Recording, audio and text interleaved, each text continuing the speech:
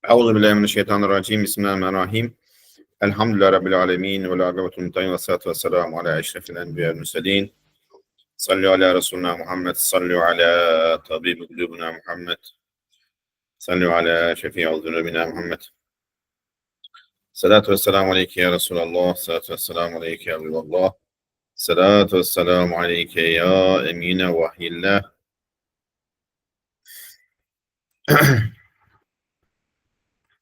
اللهم صل على سيدنا محمد كلما اختلف الملوان وتعاقب الأسران وكرر جدا واستقبل الفقدان وبلغ روحه وأرواح أهل بيته إن التحية والسلام وارحم وبارك وسلم عليه وعليهم كثيرا كثيرا إلى يوم الحشر والقرار واغفر لنا وارحمنا والطف بنا يا إلهنا بكل صلاة منها.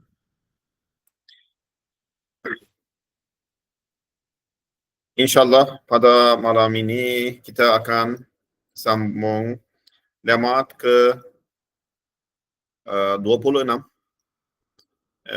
Di dalam lemaat itu ada sekitar 26 raja harapan. InsyaAllah malam ini kita akan baca harapan ke 12, insyaAllah. Harapan ini sangat jelas dan saya akan baca. Tapi tafakkuri tafakkuri khususnya bagi mereka yang mana semua yang mengikat mereka dengan dunia berputus ataupun ada orang-orang sayangnya yang meninggal, yang mereka mengikat dunia dengannya. Jadi bagaimana dalam keadaan itu kita dapat satu harapan daripada Al-Quran. Jadi harapan ke-12 ini sedikit amat sedihkan dan bagi banyak pengajaran untuk kita insyaAllah. Daripada pengalaman, daripada kehidupan Ustaz Nursi. Okay, harapan ke-12. Suatu masa ketika aku dalam keadaan yang sangat sengsara, dalam kesakitan, ketuaan, keterasingan, dihalang daripada bergaul dan bertanya khabar dengan orang kampung di sebuah kampung yang mana kampung yang Ustaz dibuang daerah di sana, yaitu Barlayani, bersendirian tanpa sesiapa di penahanan yang penuh siksaan di bawah nama hukuman buang negeri ke Curug Barlah.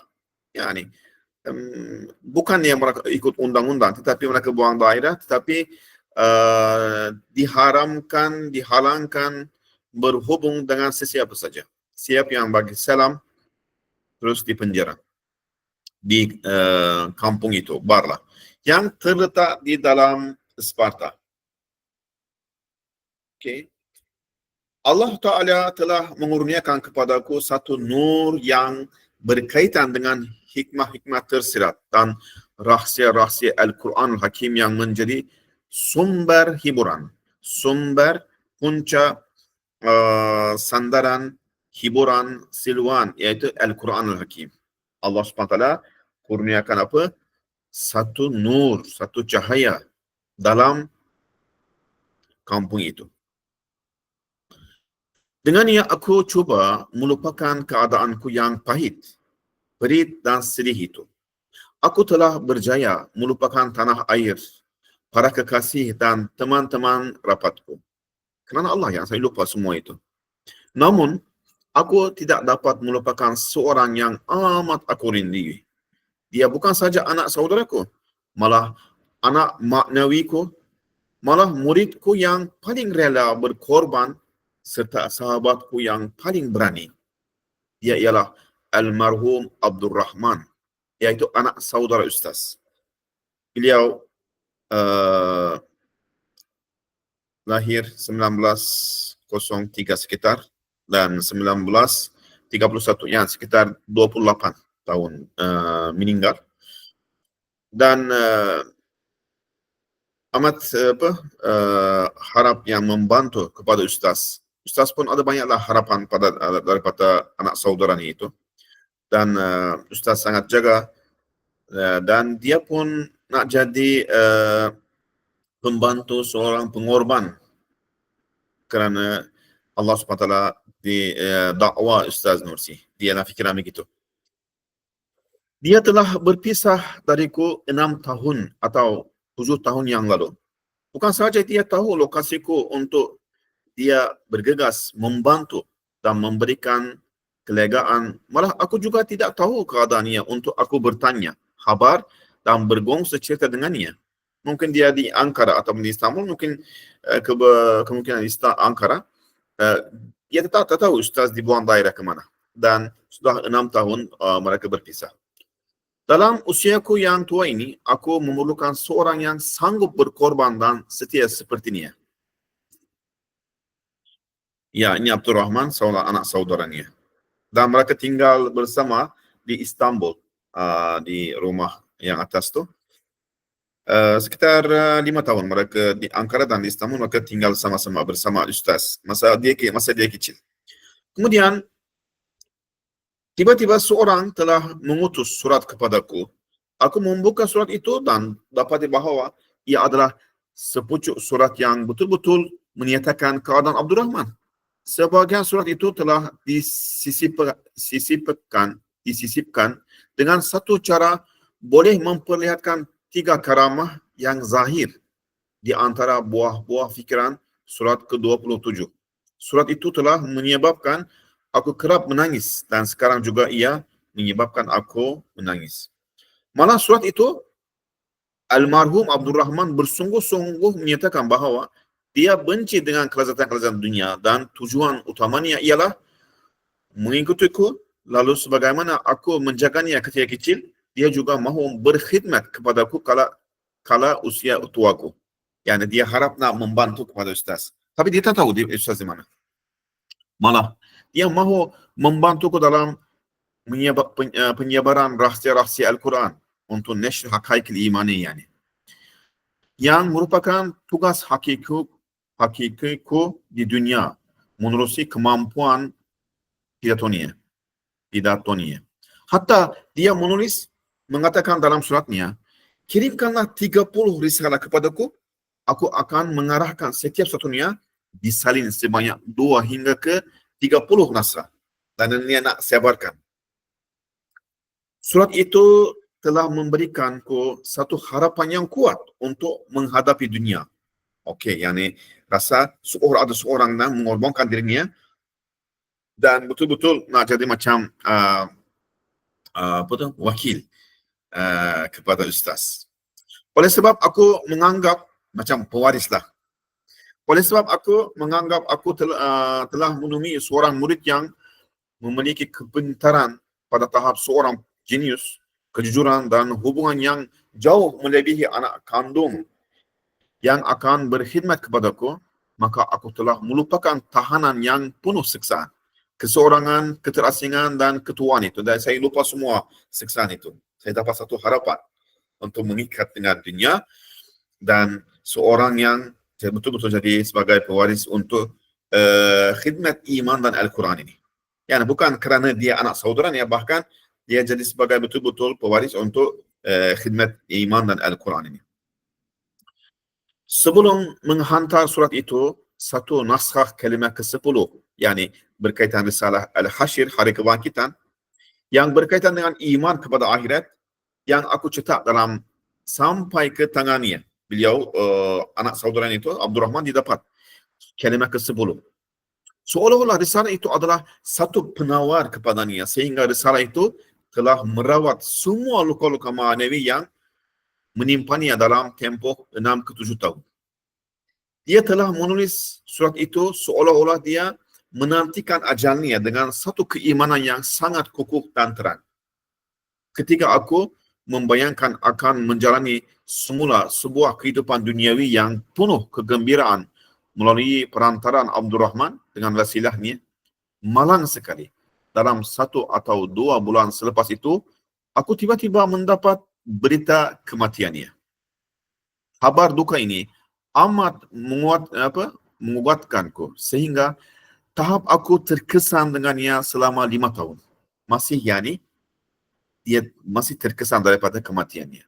Peristiwa itu memberikanku satu rasa hibah dan kesedihan di tahap jauh mengatasi keperitan tahanan penuh siksaan, kesorangan dan keterasingan.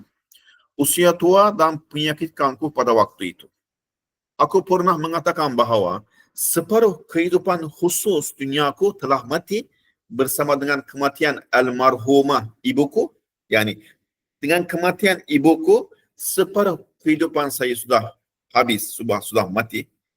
Aku melihat bahawa melalui kematian Abdul Rahman pula, separuh lagi duniaku yang berbaki turut mati. Ini memang satu realiti.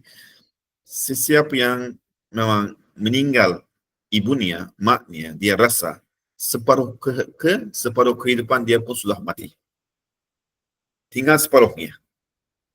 Dan dia kata dengan kematian Abdul Rahman, separuh lagi itu pun sudah mati.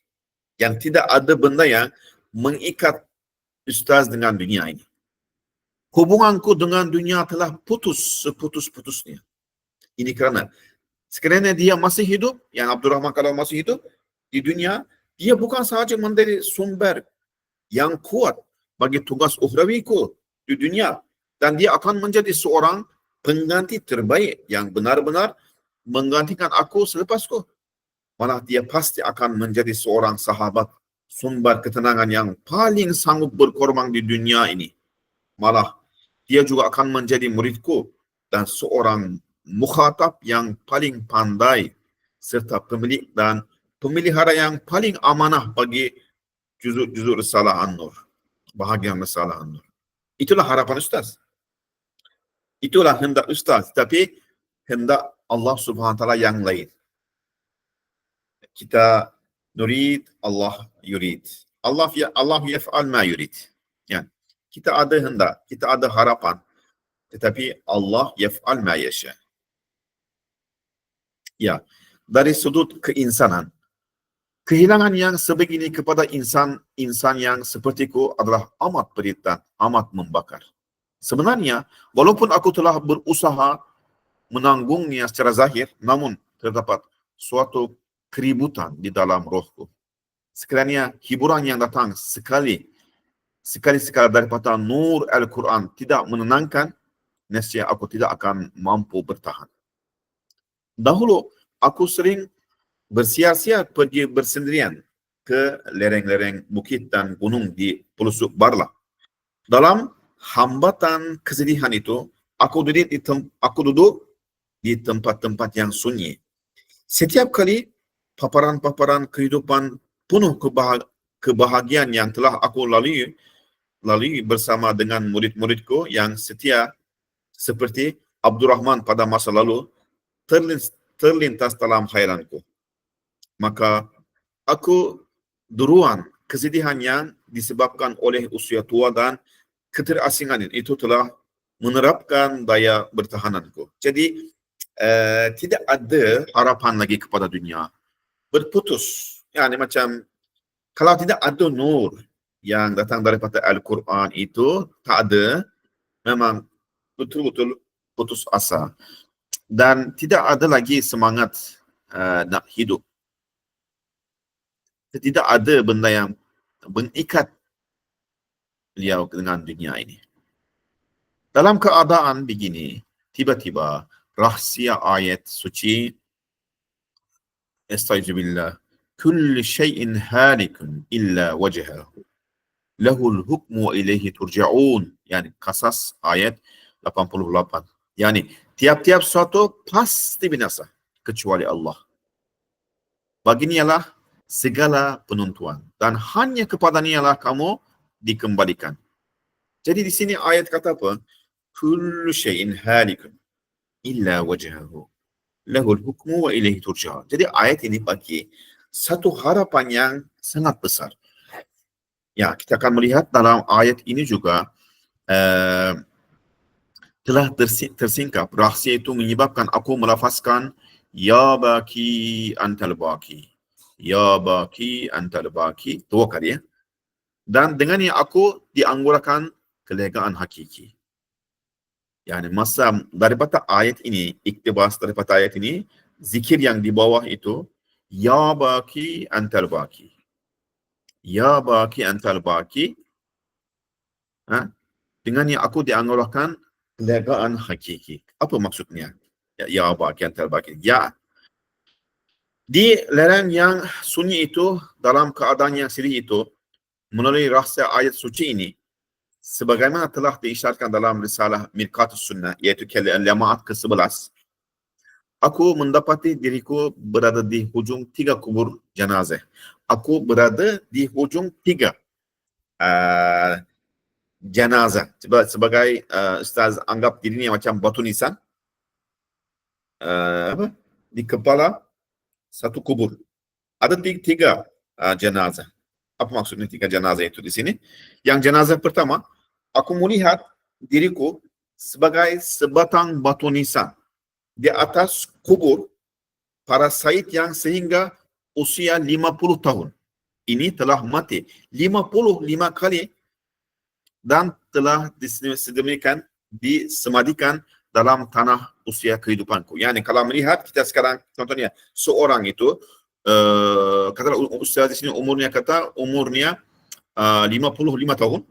Maksudnya setiap tahun seorang sayyid sudah meninggal. Sebab kita yang ada sekarang ini dengan tubuh ini, dengan tubuh yang tahun lepas sudah tak sama. Yang tahun lepas sudah mati. Ini yang baru. Maksudnya dalam 55 tahun itu, Ustaz melihat 55 tahun saya sudah meninggal dan saya yang sekarang tinggal ini sebagai batu nisan di jenazah yang 55 itu. Yang jenazah yang kedua, aku melihat mereka yang sepertiku dan sejenis denganku, yakni manusia, sejak zaman Nabi Adam AS telah mati. Lalu disemadikan dalam pusara masa lalu. Dan nampak diriku dalam bentuk sejenis makhluk bernyawa yang kecil, seperti semut yang bersiar-siar di atas wajah kurun ini. Yang ibarat batu nisan di atas kepala jenazah besar itu. Yani, sejak daripada Adam AS sampai sekarang, kan, manusia yang seperti kita yang meninggal, yang jenazah-jenazah mereka, dan tahun ini pun sebagai batu nisan di atas semua jenazah itu, dan saya pun macam sebagai semut kecil atas batu nisan itu. Ya, saya akan mati. Saya melihat pada mereka di kepala semua jenazah itu. Ya. Yang jenazah yang ketiga itu seperti semua manusia, setiap tahun dengan kematian sebuah dunia mengalir di atas wajah dunia menurut rahsia ayat tadi. Jadi sejak dunia yang dicipta ini kan, jadi kematian, jadi sebuah dunia setiap tahun, sebuah dunia. Jadi dunia semua orang yang matikan. Jadi bagi saya contohnya dunia ini, yang dunia saya punya sekarang ini, dengan kematian orang itu, dunianya pun mati. Dunia orang itu pun mati. Ya. Jadi hakikat bahawa dunia yang besar ini akan mati, menjelma di hadapan khayalanku. Justru ayat suci berikut yang akan menerangi semua makna dahsyat ini yang datang daripada kesedihan kematian Abdurrahman dan akan memberikan hiburan hakiki dan nur yang tidak akan padam. Datang membantuku dengan makna isyariniya. Astagfirullah. فَإِنْ تَوَلَّوْا فَقُلْ حَسْبِيَ اللَّهُ لَا إِلَهَ إِلَّا هُوَ عَلَيْهِ تَوَكَّلْتُ وَهُوَ رَبُّ الْعَرْشِ الْعَظِيمِ. Taubah 129 ayatnya. فَإِنْ تَوَلَّوْا, kalaulah mereka semua berpaling daripada kamu, yakni kembali mereka berpaling wajah, masa itu kamu katakanlah, faqul hasbiyallah, Allah cukup kepadaku, la ilaha illahu alaihi tawakkaltu, saya bertawakal kepadanya, wa huwa rabbul arsyil azim, katakanlah Allah cukup kepadaku. Memandangkan Allah Ta'ala ada, maka dia adalah gantian kepada segalanya. Memandangkan Allah Allah SWT tak meninggalkan, Allah tak mati. Yuhyi, yani Allah SWT la yamut. Kan? Allah SWT la yamut. Jadi Allah memandangkan Allah ada, Allah SWT gantian kepada segalanya, yang segala yang pergi. Memandangkan dia adalah baki, Allah baki, maka dia adalah mencukupi. Satu tajalli inayahnya, satu tajalli jelmaan, bantuan Allah adalah muat untuk seluruh dunia. Satu tajalli nur, satu tajalli jelmaan nur Allah mampu memberikan kehidupan maknawi kepada 3 jenazah besar yang telah disebutkan tadi. Yani untuk semua jenazah yang sudah meninggal itu, kan, satu tajalli, satu jelmaan nur Allah SWT itu memberikan kehidupan maknawi, hayat kepada semua jenazah yang telah disebutkan tadi itu. Yani memandangkan Allah ada, semua ada. Kulli syai'in halik illa wajhahu. Yani semua benda yang berwajah dengan Allah SWT, semua ada. Jadi kekasih kita yang hakiki, iaitu Allah Subhanahu Wa Taala, memandangkan dia baki ada, jadi semua ada, jangan risau. Ia memperlihatkan bahawa jenazah-jenazah itu bukanlah jenazah, bahkan jenazah-jenazah itu telah menyelesaikan tugasnya dan telah pergi ke alam yang lain.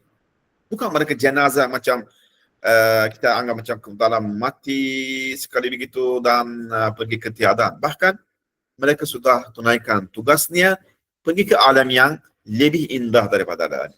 Oleh sebab penerangan bagi rahsia ini telah dinyatakan dalam kilauan ketiga, lemaat ketiga dalam penerangan ya baki antal baki. Maka dengan berpada kepadanya, di sini aku hanya akan berkata, kullu syai'in halikun illa wajhah. Sehingga akhir ya baki antal baki, ya baki antal baki, yang menamparkan maksud ayat ini telah menyelamatkan sebanyak 2 kali daripada keadaan yang sangat perit dan sedih itu. Yang kenapa kedua kali Ustaz sebut sini ya baki antal baki? Maksudnya, aku melafazkan ya baki antal baki, maka di dalam luka-luka maknawi yang tidak terkira, yang berpunca daripada kelenyapan para kekasih, tidak terkira, yang mempunyai hubungan denganku seperti dunia dan Abdul Rahman yang ada di dunia, serta kerana terurainya ikatan-ikatan itu bermulalah satu rawatan dari jenis satu operasi pembedahannya. Operasi pembedahan sebab kemasan kita kata ya baki antal baki, daripada semua mahasiswa Allah kita berputus dan jadi sebagai rawatan untuk semua itu, sebab operasi yani. Dia berputus dengan semua mahasiswa Allah, dan dengan kedua ya baki antal baki, dia Allah SWT ganti dengan semua itu, dan dia bagi rawatan yang hakiki dan pembedahan, kan, pembedahan, dan tutup semua luka-luka manawi itu. Yang pertama itu, masa kita ya baki antal baki, dimanakan Allah ada baki dan semua yang pergi biar mereka pergi, dan berputus dengan semua itu. Dengan yang kedua yang kita kata ya baki antal baki, dia merawati semua luka-luka maknawi yang datang daripada berpisahan, kelenyapan daripada semua para kekasih itu. Jadi yani maknanya apa? Maksudnya di sini ya baki antal baki, engkau adalah kekal, Allah kekal, biarlah yang pergi itu pergi. Jangan risau yang dengan yang pergi itu. Jangan sedih sebab Allah ada, kan? Allah baki, kekasih kita itu adalah baki. Ar-Rahman dan Ar-Rahim. Itu lebih fikir kita daripada diri kita sendiri, kan? Engkau adalah memadai, Allah cukup. Memandangkan engkau adalah kekal, ya Allah, satu tajalli rahmatmu yang boleh menggantikan setiap benda yang lenyap adalah mencukupi. Yang tajalli jelmaan satu rahmat Allah mencukupi, memadai untuk semua. Dan memandangkan engkau ada, maka setiap benda adalah ada untuk insan yang menyadari sandarannya melalui keimanannya kepada kewujudanmu dan bertindak dengan rahsia keislaman menurut persandaran itu. Orang yang mendapat Allah, dia menghilangkan apa? Orang yang menghilangkan Allah, dia mendapat apa? Maksudnya apa?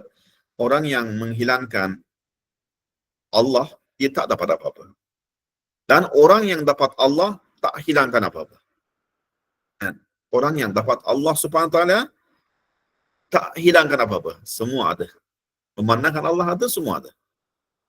Nah, memandangkan engkau ada, maka setiap benda adalah untuk insan yang menyadari sandarannya melalui keimanannya kepada kewujudanmu dan bertindak dengan rahsia keislaman menurut persandaran itu.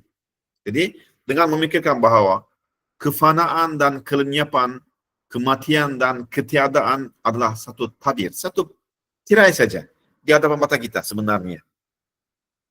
Tabir dan satu penyegaran semula, freshing. Dan ibarat bersiar-siar di tempat-tempat kediaman yang berbeza. Maka keadaan roh yang dibakar, kerinduan, dirundung, perpisahan, pilu, perit, gelap dan dahsyat itu berubah kepada keadaan yang secara keseluruhan adalah gembira, ceria, lazat, bercahaya, menawan dan mesra. Lidah dan hatiku, bahkan seluruh zarah tubuhku melafazkan Alhamdulillah melalui lisan halnya. Yani, sebab refreshing yani. Tubuh yang sudah jadi tua kan, sudah bosan daripada dunia ini. Jadi dengan kematian itu jadi dapat yang disegera refreshing itu dapat apa yang satu kehidupan, satu hal yang baru. Jadi satu kelazatan, satu kehidupan yang lebih indah. Ya, masa kita fikir itu dan kita pun akan insyaAllah dapat itu. Dan itu adalah bagi satu hiburan yang sangat besar, kan? Tidak ada macam maksudnya ketiadaan hakiki, yani adem mutlak tak ada. Memandangkan Allah ada, jadi semua ada. Jadi semua itu sebagai tirai yang apa yang berlaku di hadapan kita, setelah sebab keadaan kelenyapan, kan? Itu sebagai tirai di hadapan kita sebenarnya. Kita nampak kan mereka masuk di bawah tanah, gelap dan hilang semua, tapi tirai saja. Sebenarnya mereka pergi kepada kewujudan, kehidupan yang hakiki yang sebenar. Di belakang itu kita kena melihat, kita panggil itu tirai. Yang tirai itu kita panggil itu apa? Yang boleh kita melihat di belakangnya, kan? Tirai kita boleh melihat di belakangnya. Kalau melihat dengan teliti, kan?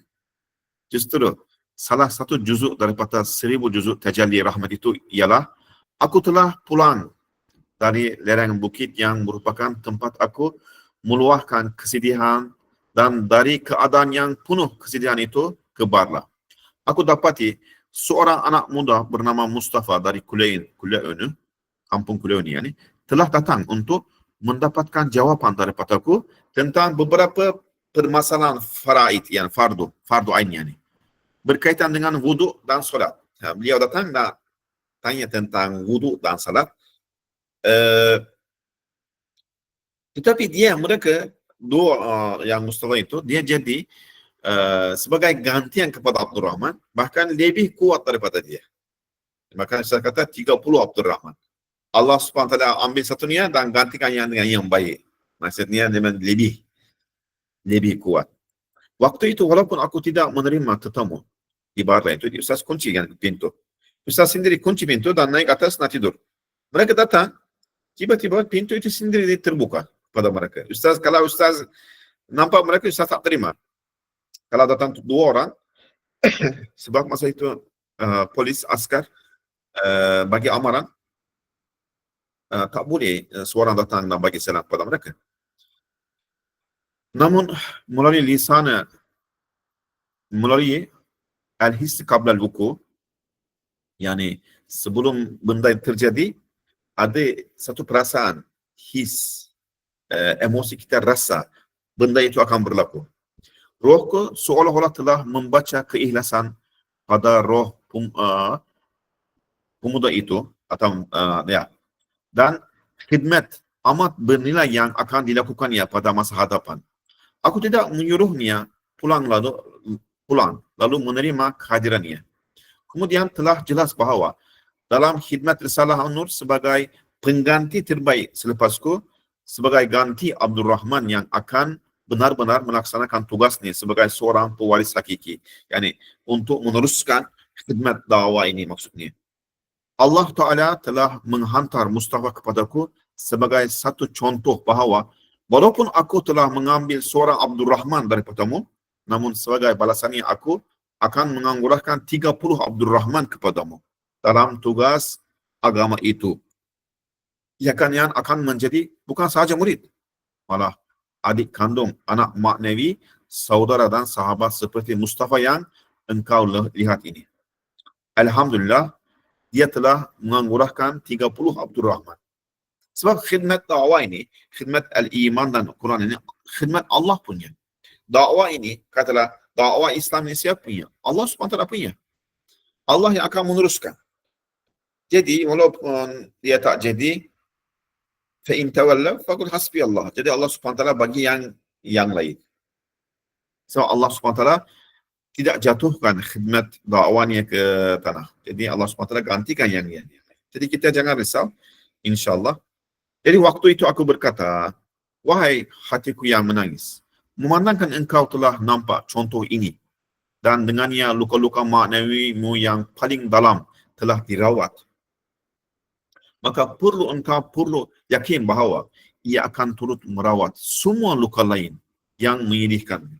Justru, wahai saudara-saudari, yani kepada orang warga emas, orang tua kata sini, wahai saudara-saudari yang telah tua, yang kehilangan anak-anak ataupun kaum kerabat yang amat dikasihinya, dan dipukulkan ke atas kepalanya kesedihan berat yang datang daripada perpisahan, bersama dengan beban usia tua yang berat yang telah dipukulkan ke atas pinggangnya semasa usia tua sepertiku.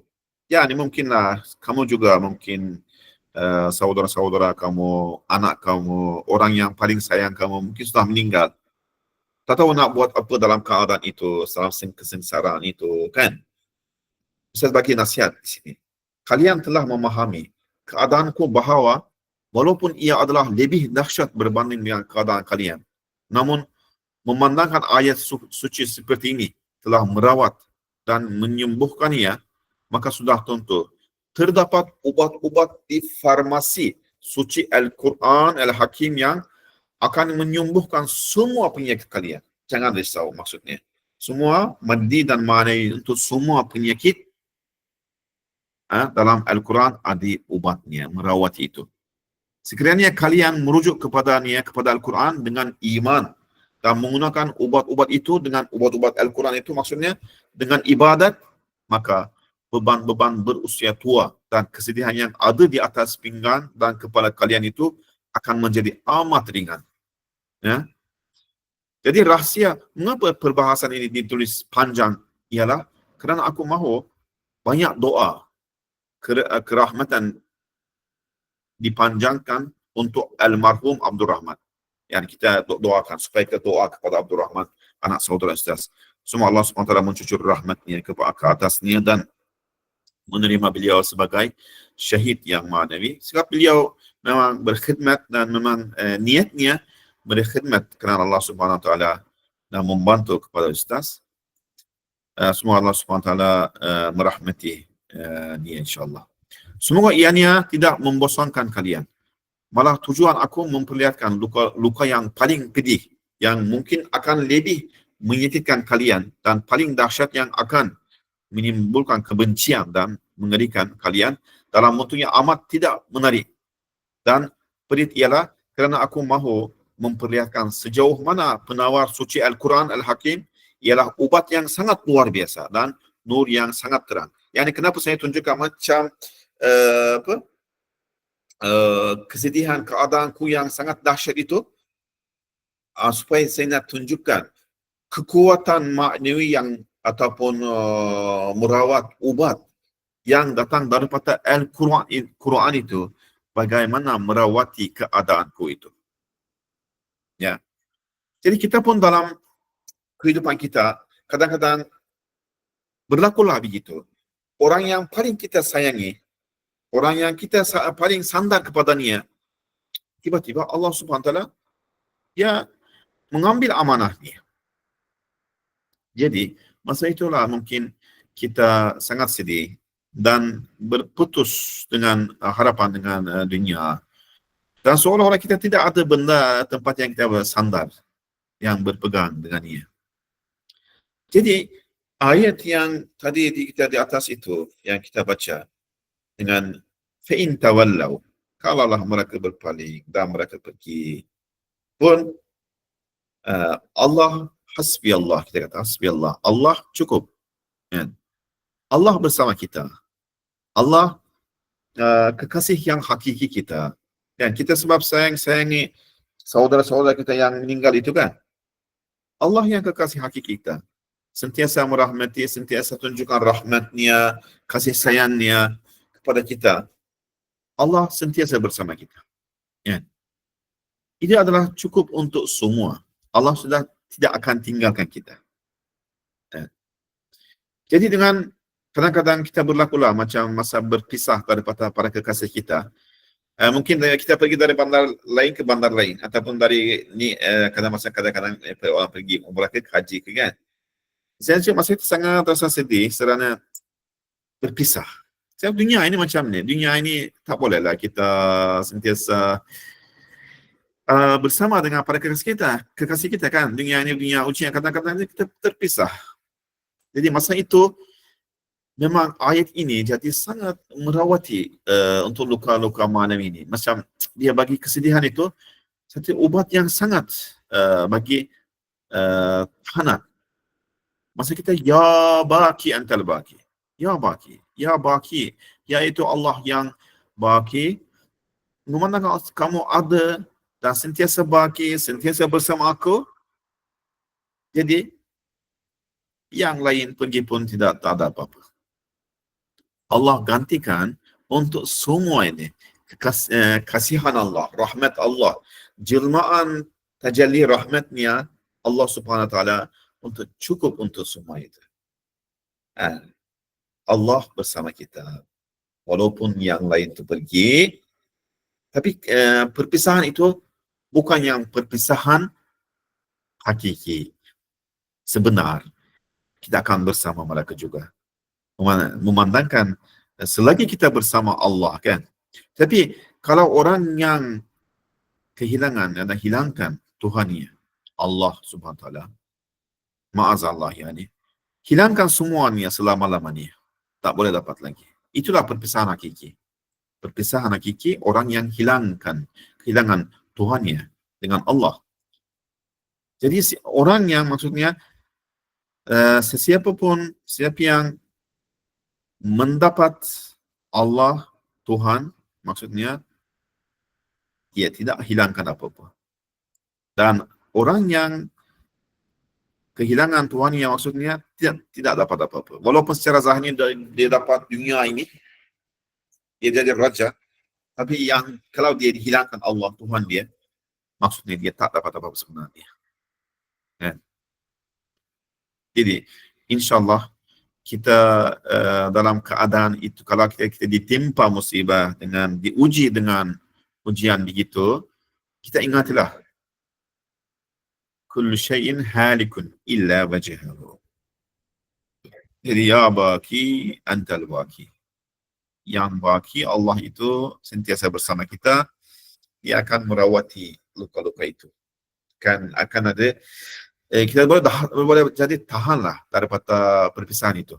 Macam masih sangat sedih kan kalau kita berpisah daripada kekasih kita, orang yang ibu ke, ayah ke, kakak ke, kadang-kadang tu.